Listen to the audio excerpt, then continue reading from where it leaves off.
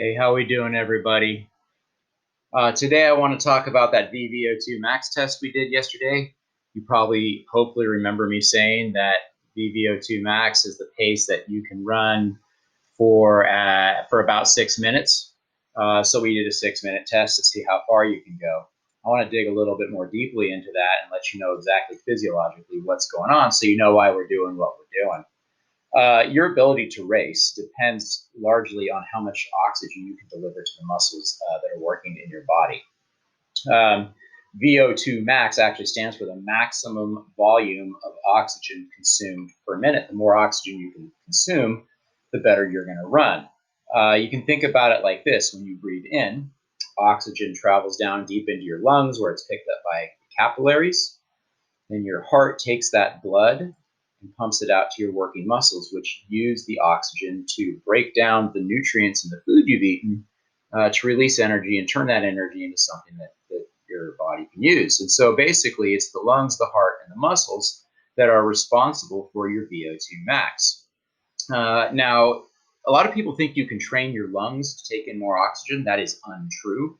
What you can do is you can train your heart to pump more blood through the lungs, and then you can train the muscles to use the oxygen that's delivered to them, right? And then you can also train the circulatory system to build more blood vessels like arterioles and capillaries to deliver oxygen to those muscles. So if we look at this picture right here, this is a skeletal muscle cell, maybe like the cells in your legs, and it's filled with mitochondria. Now, maybe you remember your high school or your biology classes.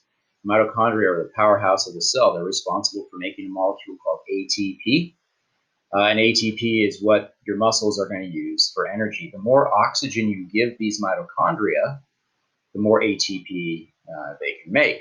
And when you subject this muscle cell to conditions where it's not getting enough oxygen, it will actually build more mitochondria, and it'll actually create more blood vessels around itself to deliver more blood. So all of these are training effects that happen when we train, right? We develop more mitochondria in the cell, we develop more blood vessels around the cell, and we make our heart stronger so it can pump more blood to those cells.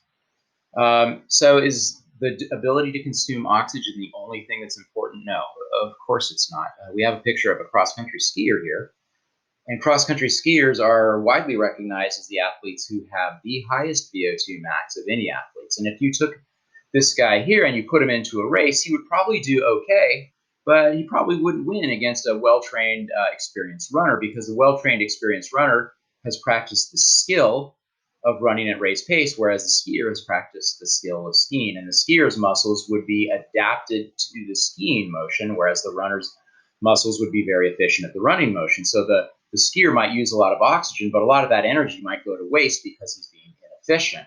So remember, running at fast paces makes you efficient at running fast paces. Unfortunately, we can't run at fast paces all that often because it's really, really difficult. So we have to pick and choose our battles. We won't run at vVO2 max very much. We'll mostly run at 85 or 90% when we're doing our workouts, and we'll get a good benefit from that. So ideally, we're going to all end up looking like Haile Gebrselassie, who's one of the best runners of all times, widely recognized as having a super efficient, super powerful stride. And now I want to take and see how that applies to our own training here at Houston. So we just ran a 6-minute test, and let's pretend that you went 1,600 meters in that 6-minute test. And let's say that I gave you a workout of 4 times 3 minutes at 90% plus 4 times 200 at 100%.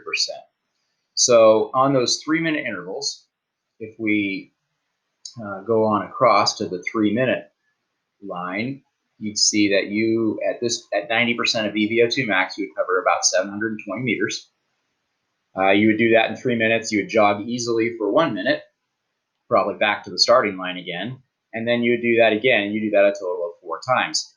Then, to get some practice running at your race pace, or at your vVO2 max pace, we would do 4 200s at 100% of your vVO2 max, just to get a little bit of practice and to make you more efficient at those faster paces. So I hope this helps your understanding of why we do what we do, and I'll see you tomorrow. Bye, folks.